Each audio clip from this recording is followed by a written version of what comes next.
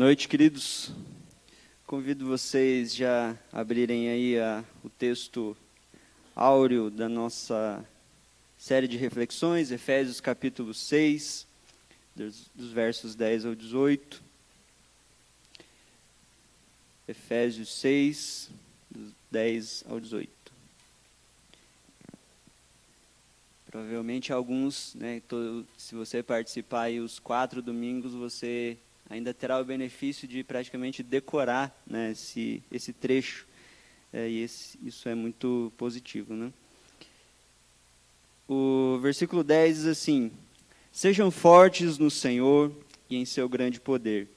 Vistam toda a armadura de Deus para que possam permanecer firmes contra as estratégias do diabo. Pois nós não lutamos contra inimigos de carne e sangue, mas contra governantes e autoridades do mundo invisível, contra grandes poderes neste mundo de trevas e contra espíritos malignos nas esferas celestiais. Portanto, vistam toda a armadura de Deus para que possam resistir ao inimigo no tempo do mal. Então, depois da batalha, vocês continuarão de pé e firmes. Assim, mantenham sua posição, colocando o cinto da verdade e a couraça da justiça. Como calçados, usem a paz das boas novas para que estejam inteiramente preparados. Em todas as situações, levantem o escudo da fé para deter as flechas de fogo do maligno. Usem a salvação como capacete e empunhem a espada do Espírito, que é a palavra de Deus. Orem no Espírito em todos os momentos e ocasiões, permaneçam atentos e sejam persistentes em suas orações por todo o povo santo. Queridos, nossa reflexão aqui é sobre a realidade do mundo espiritual, sobre a realidade da batalha espiritual que nós estamos travando, e uma série de argumentos aqui, que foram utilizados. Está mais que certo, que essa batalha nós também estamos envolvidos. Queira você ou não, você participa dessa batalha, desta guerra, que é espiritual. E nós temos retratado aqui, tentado entender um pouco dessa noção do que é esse mal, do que acontece neste mundo e nessa batalha espiritual. E a gente tem tentado combater aquelas noções extremadas da realidade espiritual. A gente tem, assim, a questão da cultura, a gente... o mal, ele é retratado de várias formas.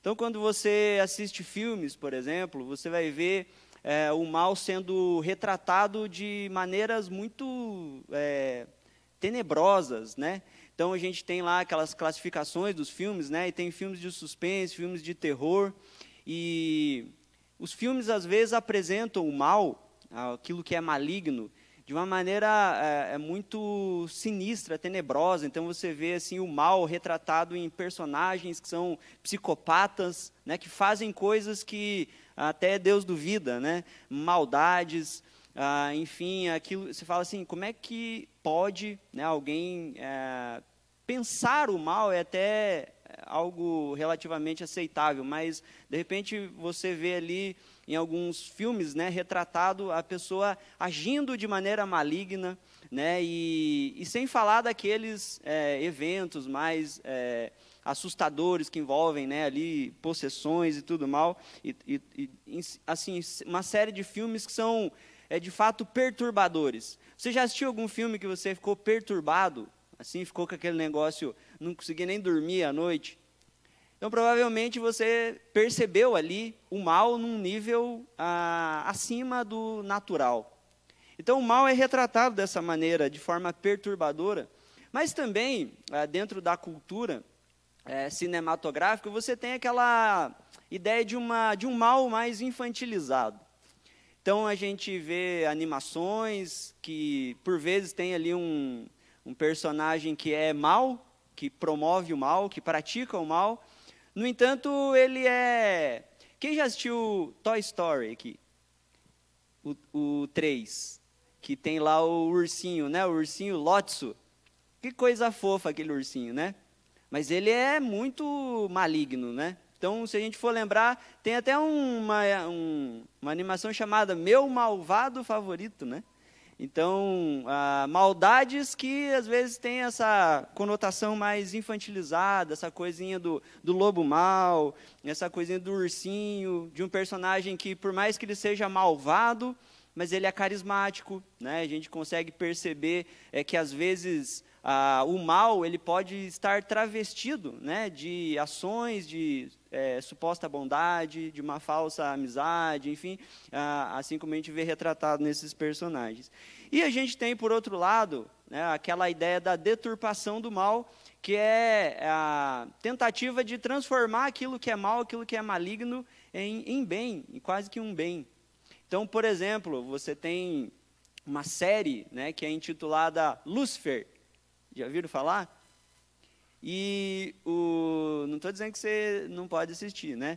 Mas qual que é a ideia, né? A trama ali é de um anjo chamado Lúcifer, né? Que ele é bom, ele se apaixona, ele ajuda a polícia a pegar os bandidos e tal. Ele busca ali uma espécie de redenção.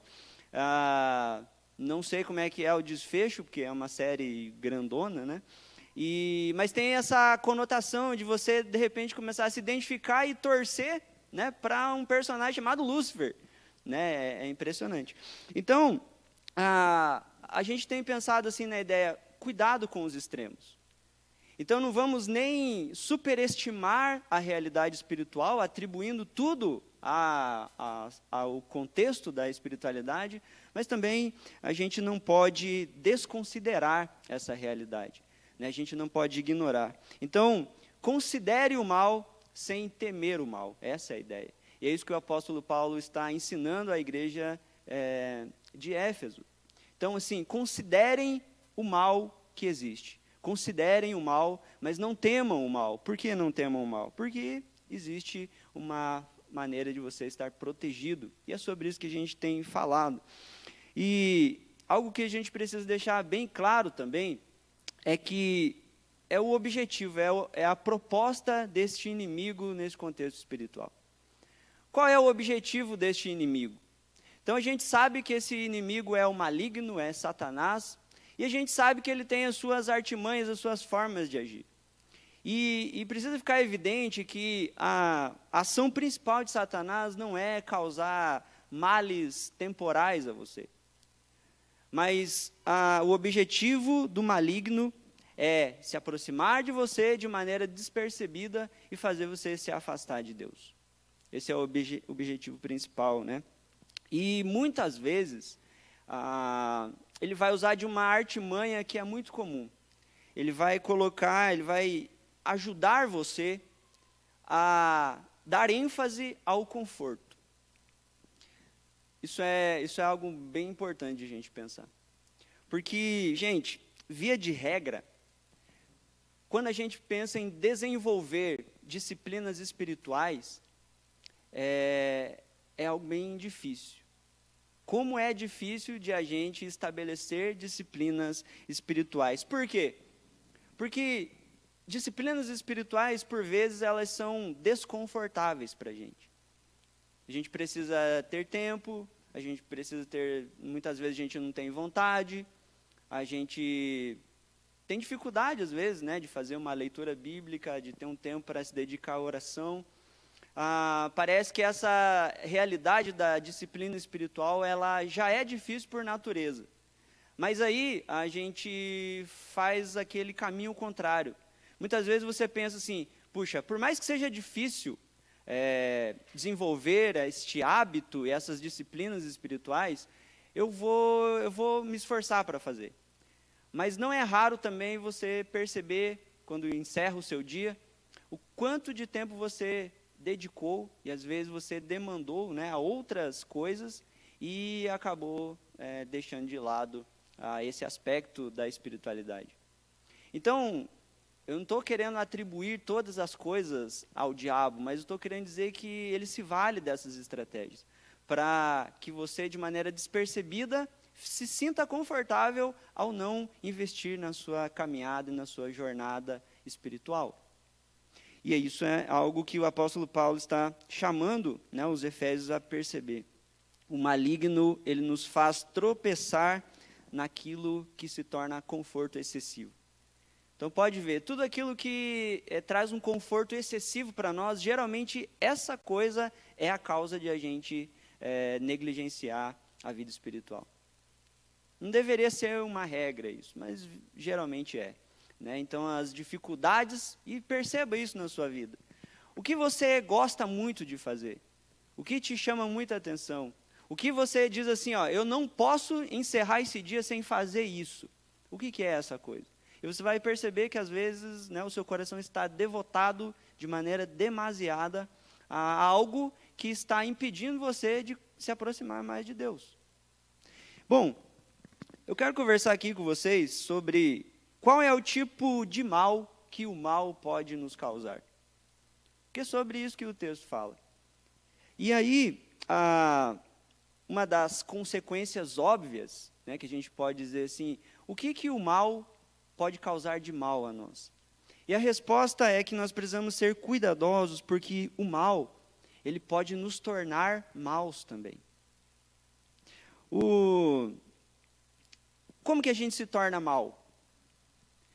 Quando a gente se dedica aos prazeres, às satisfações, ao conforto, em tudo que desagrada a Deus. Essa é a realidade do pecado.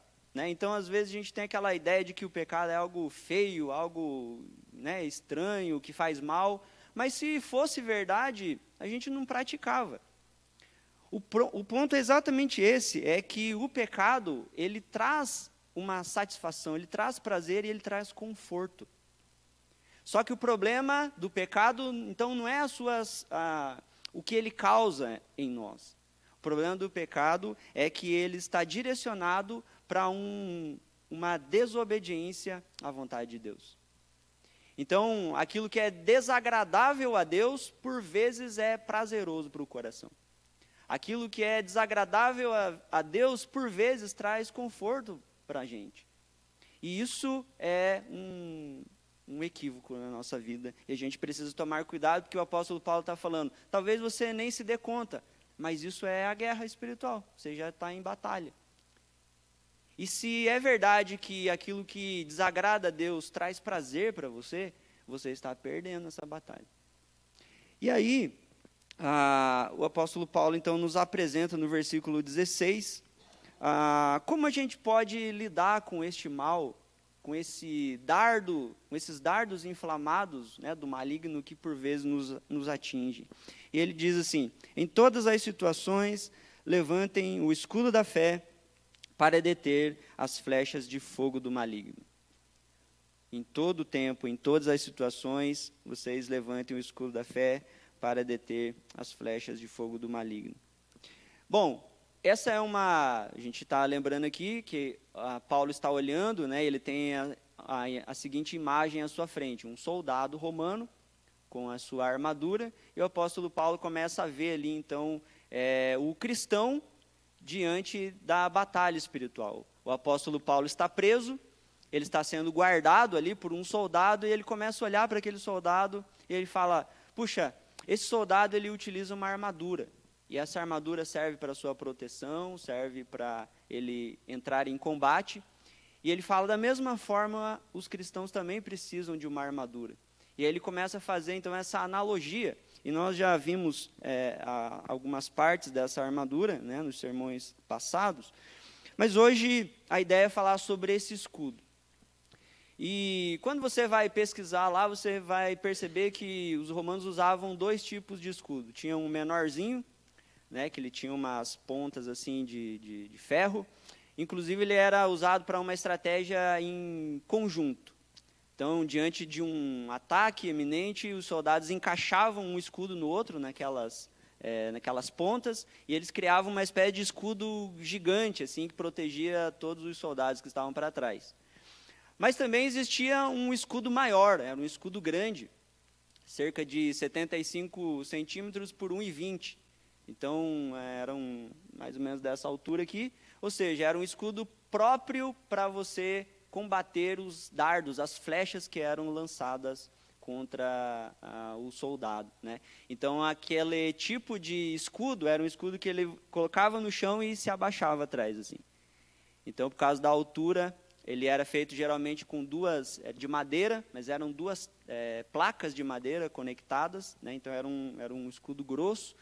E a primeira ali, né, a primeira madeira, ela recebia os impactos, né, mas dificilmente algo transpassava para o segundo.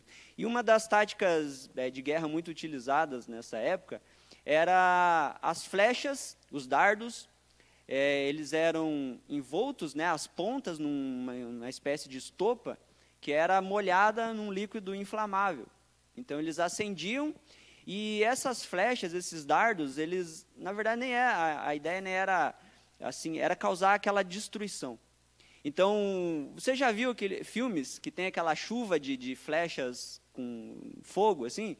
Então, qual que era a ideia? Você chega lá, cerca um ambiente, né, uma região, e tinha aquela chuva, então, de flechas que acertava as casas, geralmente de madeira, palha, né, e aquela casa pegava fogo. Os soldados tinham aquele escudo que era feito também de madeira, só que a diferença era que quando essas flechas atingiam o escudo, elas atingiam e o objetivo era que aquela estopa explodisse, né? Então, quando acertava, ela explodia e líquido, né, voava e às vezes atingia os soldados queimavam também, enfim. Então essa era a ideia. Era mais os portões, né, da cidade, geralmente eles atacavam aquelas flechas inflamadas para que os portões fossem queimados e aí, né, caíssem, ruíssem. Então essa era uma tática bem conhecida do inimigo, lançar flechas de fogo. E aí o apóstolo Paulo, então, traz essa ideia dos fardos, mas desses dardos. Só que uma coisa interessante desse escudo era que a forma que ele era montado, a flecha atingia, ela às vezes ela grudava no escudo queimando, ela ficava queimando ali. Só que ela ia por si só apagando, porque o jeito que eles montavam, aquele fogo ia sendo abafado. E aí queimava e perdia a sua força. E é exatamente essa a ideia, né? O apóstolo Paulo fala de dardos de fogo sendo lançados e você precisa de um escudo para se proteger. E o escudo ia te proteger porque ele ia receber aquela flecha iria queimar, né, e por si só perder o seu efeito. E a grande questão, né, o ponto aqui para a gente é que existe uma guerra, existe uma batalha espiritual, existe um inimigo. Este inimigo, ele odeia você. E este inimigo, mais do que odiar você, ele te ataca. E aqui está essa cena. O inimigo está com a sua flecha apontada para você. Você é um cristão, você é um discípulo de Jesus. Então você está em guerra e este inimigo te odeia, ele quer te destruir.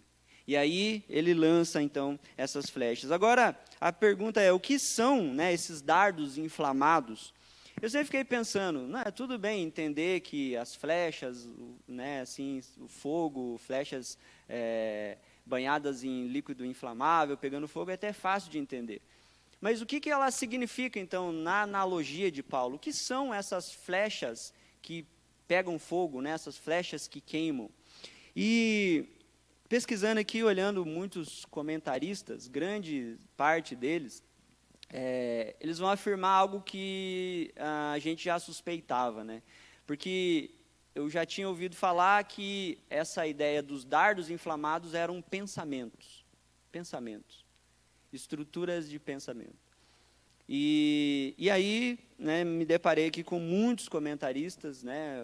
Por exemplo, John Stott, a gente tem o Martin Lloyd Jones, Matthew Henry. Então, são grandes comentaristas que apontam para essa mesma realidade. Esses dardos, eles são pensamentos. E a ideia desses pensamentos é que eles são pensamentos errados, porém, pensa aí, né, uma flecha que acerta o escudo e continua queimando. É aquela ideia de pensamentos e as tentações que esses pensamentos causam em nós.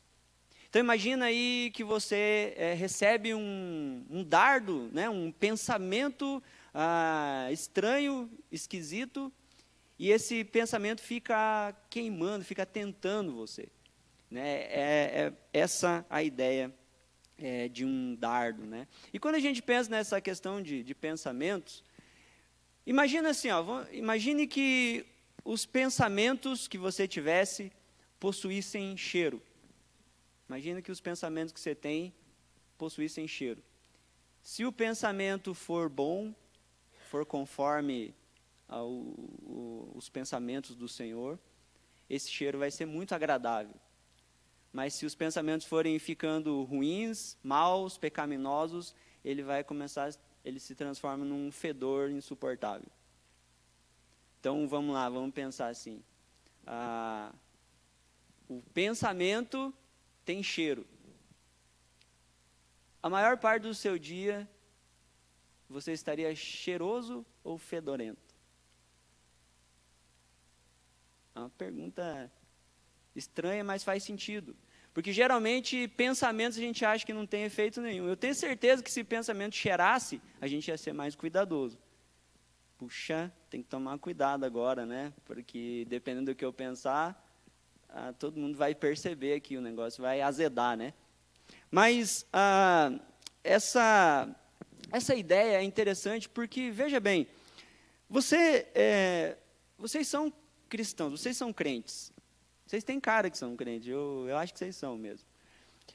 Mas vocês são crentes agora, eu quero falar só com os crentes, tá? Aqueles que creem em Jesus, aqueles que buscam obedecer à vontade do Senhor. Eu quero perguntar para você e seja honesto assim na sua reflexão. Você já se pegou em algum momento da sua vida tendo pensamentos, por exemplo, de blasfêmia? Já se irou com Deus? Você já teve pensamentos assim, blasfemos? Você já teve pensamentos sinistros, assim? Pensamentos perturbadores de fazer coisas que você fala assim, só de pensar, né, já é ruim, mas você já teve pensamentos dessa ordem? Você já teve pensamentos extremamente impuros? Você já pensou besteira sobre variados temas? E você percebeu que você é cristão e, de repente, você se vê com pensamentos que são muito... não deveriam ocorrer. Né? Pensamentos que são muito contrários à vontade de Deus. E você fica pensando assim, do nada esses pensamentos surgem, né? E aí, a grande pergunta é, de onde você acha que veio esse pensamento? Qual você acha que é a origem desse pensamento? Então, de repente, você pensou algo extremamente impuro, pecaminoso. E aí a gente não faz essa leitura às vezes, mas qual é a origem deste pensamento tão ruim? De onde veio isso? E, segundo o apóstolo Paulo ensina aqui, ele fala assim, isso é provavelmente um dardo inflamado do maligno. É quando vem um pensamento totalmente divergente da sua fé, é quando vem pensamentos que te tentam a fazer coisas que você sabe que não deveria. Você está sob ataque, isso é um dardo inflamado do maligno. E aí, a gente pensa também na questão das distrações, das intrigas. As distrações, elas também funcionam como dardos inflamados do maligno. Por quê? Porque, gente, nós assistimos filme tranquilamente, né? Vocês sentam lá e assistem filmes, assistem séries. É difícil para você fazer isso? Sentar e assistir alguma coisa? Pode ser que você fale assim, não tenho muito tempo para isso. Mas quando você tem tempo, é difícil. É um exercício, você fica lá assistindo com muita dificuldade? Provavelmente não. Ler um livro também não é algo tão difícil, né? Acompanhar notícias, né? Você vai rodando aquele feed, né? Das redes sociais, e se desce, é porque você não pode, né? Porque você tem mais o que você tem que trabalhar, né? Você tem que fazer alguma coisa da vida. Mas se desse, você passava o dia inteiro assim, com o dedo, passando o feed de notícias, você vendo notícias, você lendo. É difícil fazer isso? Você tem dificuldade de fazer isso? Provavelmente não. Mas aí você se propõe a ler a Bíblia. Pronto, aí começa a dificuldade. Você vai perceber que uma série de distrações vão começar a surgir para que você não empreenda essa atividade. Então, você vai ler a Bíblia e você fala, eu tenho que ler a Bíblia, mas também tem que preparar já o almoço de amanhã. Puxa, eu tenho que também fazer lá não sei o quê. Eu já tenho que pensar. Orar, então, nem se fale, né? Vou orar, e aí começam a surgir um monte de dificuldades, chega a gente, o telefone toca, surge um problemaço que você tem que resolver, bem naquele momento que você ia orar. Enfim, uma série de distrações, né? Até a questão assim, da mensagem. Então, talvez você está aqui, mas a gente tem dificuldade de se concentrar. Né, assim, então, talvez você já está com vontade de ir para outro lugar aí, você já está pensando em outras coisas.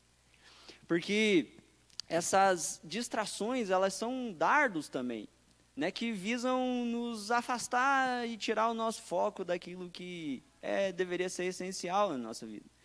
E eu estou dizendo que, de fato, é difícil mesmo. Então, você se propõe a assistir algo, não é tão difícil, mas se você se propor a fazer um devocional, por exemplo, vão surgir uma série de distrações para você. Ou até mesmo a questão das intrigas, né? Gente, nós somos cristãos, né? E a gente precisa ser honesto. Quantas vezes não aconteceu de você ter, por exemplo, uma rusga ali, familiar, antes de vir para a igreja? Já aconteceu isso com você? Parece, na verdade, que na hora que você vai vir para a igreja. Começa a acontecer um monte de coisa, começa a dar tudo errado, todo mundo começa a ficar nervoso. Às vezes até, dependendo da rusga, né, que acontece ali, às vezes isso impede até você de vir para a igreja. Né? Já aconteceu isso com você, gente? Só comigo que aconteceu isso. O que é isso? E a pergunta que a gente faz é, de onde veio isso? Se a gente fosse pegar assim, lá no embrião que gerou esse tipo de situação, de onde que veio isso? E aí o apóstolo Paulo está falando, isso é um dardo inflamado do maligno, e a gente tem que estar esperto contra isso. Porque essas são as tentações corriqueiras que nós como cristãos temos. A gente não faz um monte de coisa errada, mas gente, pensa na luta, você vai vir para a igreja, daqui a pouco chega a visita, aí você briga, aí acaba a gasolina na hora, aí o portão não abre, acaba a luz, o portão eletrônico lá não funciona, fura o pneu, o filho faz alguma coisa lá bem na hora de vir para a igreja, você fica contando até 10 e de repente você não aguenta mais contar até 10. Né? Então, uma série de coisas vão tentando fazer a gente perder a estabilidade, fazer a gente, de repente, entrar numa espécie de desavença, para que isso atrapalhe o nosso momento de culto a Deus. E daí a gente pensa, isso aí é normal. Não é normal, gente. Isso daí é porque nós estamos em guerra. E a gente tem que estar ciente, né, e agir de maneira ativa, né, quanto a isso. Bom, como neutralizamos esses dados? Eu quero encerrar nessa parte aqui. Porque nós neutralizamos esses dardos inflamados do maligno utilizando mais uma parte da armadura de Deus. O escudo da fé, conforme o apóstolo Paulo nos ensina. Agora, é preciso definir o que é essa fé, porque isso também é algo que a gente, às vezes, confunde. Essa fé que o apóstolo Paulo está falando, e, aliás, a fé na Bíblia inteira, ela não é sobre pensamentos positivos, sabe? Então, assim, às vezes a gente não tem fé, mas a gente acredita e torce muito para que alguma coisa aconteça. É aquela ideia do otimismo. Né? Então, eu acredito que vai dar certo, eu acredito que as coisas vão se ajeitar, mas essa fé aqui, que o apóstolo Paulo está falando, que é o escudo que nós precisamos levantar, não é pensamentos positivos sobre as circunstâncias. O que é a fé na Bíblia? A fé verdadeira, biblicamente falando, é a confiança no caráter de Deus. Isso é a fé. Toda vez que a Bíblia fala de fé, não é relacionada a ter pensamentos otimistas e positivos, por mais que isso seja bom. Mas a fé é a confiança no caráter de Deus. A ideia é que fé é conhecer a Deus de tal forma que você confie que Deus sempre cumprirá aquilo que Ele falou. E isso é importante para a gente, porque como que o escudo da fé funciona de maneira prática, então, na nossa vida? Se a ideia de fé é a gente acreditar e confiar no caráter de Deus, se é a gente conhecer Deus a ponto de saber que Ele sempre cumpre a sua palavra, porque essa é uma questão relacional. Você, por exemplo, você conhece alguém, você marca, sei lá, 3, 4 encontros com essa pessoa. E você percebe que os 3, 4 encontros ela chegou na hora combinada. No próximo encontro, você não duvida mais disso. Você já confia que ela vai chegar na hora que ela combinou. Por quê? Porque você já teve uma experiência, você já conhece esse perfil da pessoa. Ela é uma pessoa pontual. Isso é um exemplo simples, mas para todas as outras coisas funciona também. A ideia é que se você conhece a Deus, você vai perceber que Deus, Ele leva a sério a sua palavra. Que Deus sempre cumpre aquilo que Ele promete. Você pode confiar no caráter de Deus. E só quando você confiar no caráter de Deus, você está exercendo a fé bíblica. E aí, o escudo da fé ele funciona da seguinte maneira. Vamos imaginar assim, você precisa muito de dinheiro. Amém? Amém, né? Você precisa de dinheiro. É um exemplo bem, né, assim, é mais para vocês ser mais didático. Mas aí, daqui a pouco, começa a vir um tipo de pensamento. Você fala assim, eu vou roubar. Eu vou entregar ele, né? Eu estava levando meu filho para a escola um dia, sei lá, uma consulta, não lembro. E daí o Samuel, né? E daí eu falei, a gente entrou num assunto lá e eu falei, filho, se você soubesse que você só teria hoje de vida e que você fosse morrer amanhã, o que você faria? Gente, nunca faça essa pergunta para a criança, tá bom? Não faça, a não ser que você esteja preparado para ouvir a resposta, né? E por incrível que pareça, eu falei, bom, ele é filho de pastor, né? A gente ensina as coisas, vamos ver se esse moleque aí está aprendendo alguma coisa, né?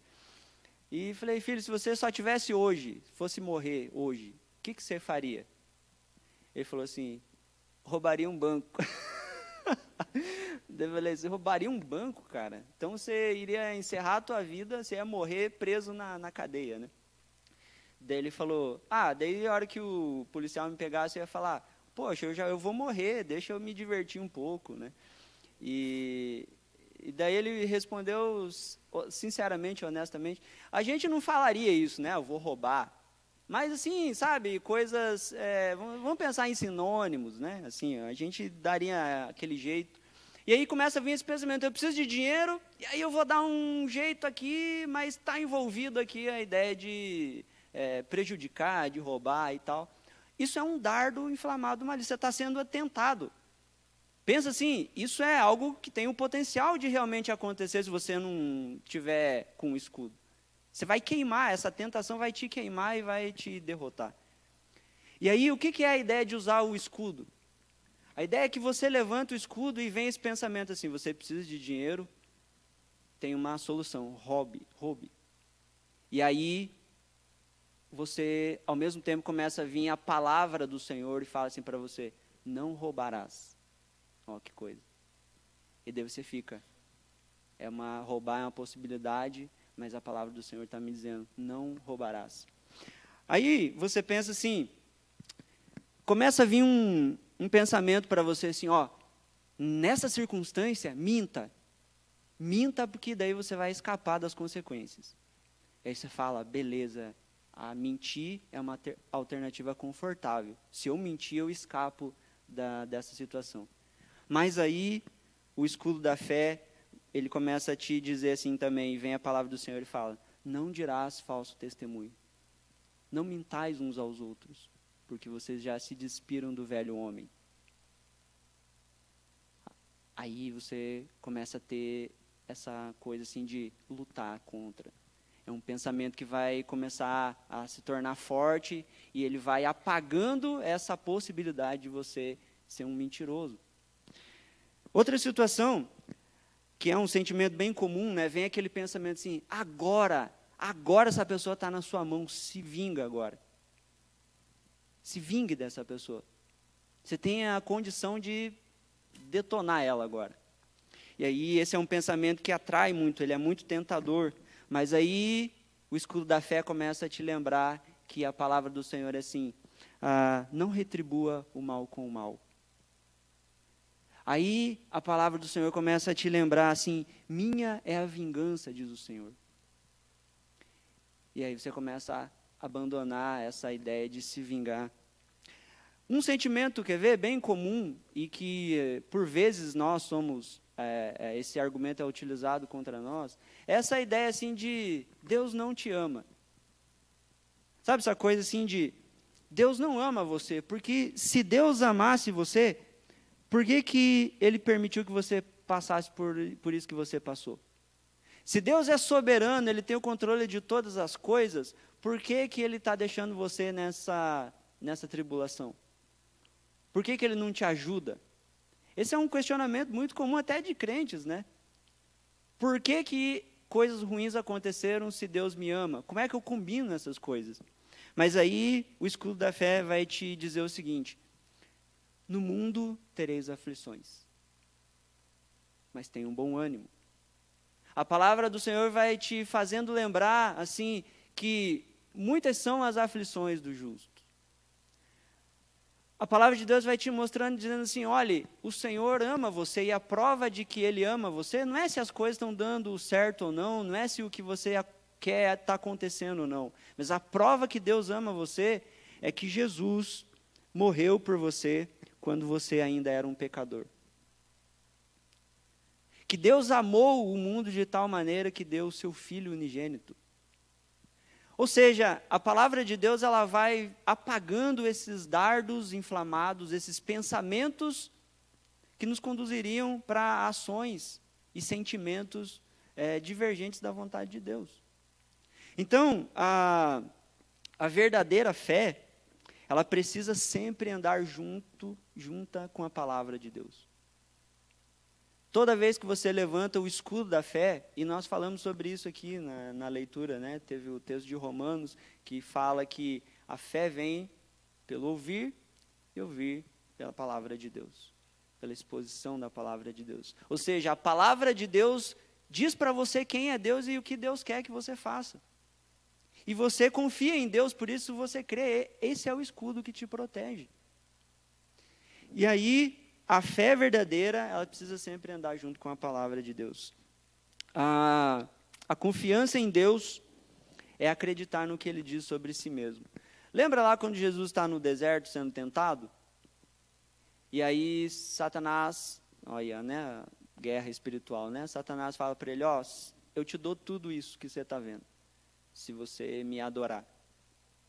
E aí Jesus responde para ele, olha, eu só vou adorar a Deus. Só Deus é digno de adoração.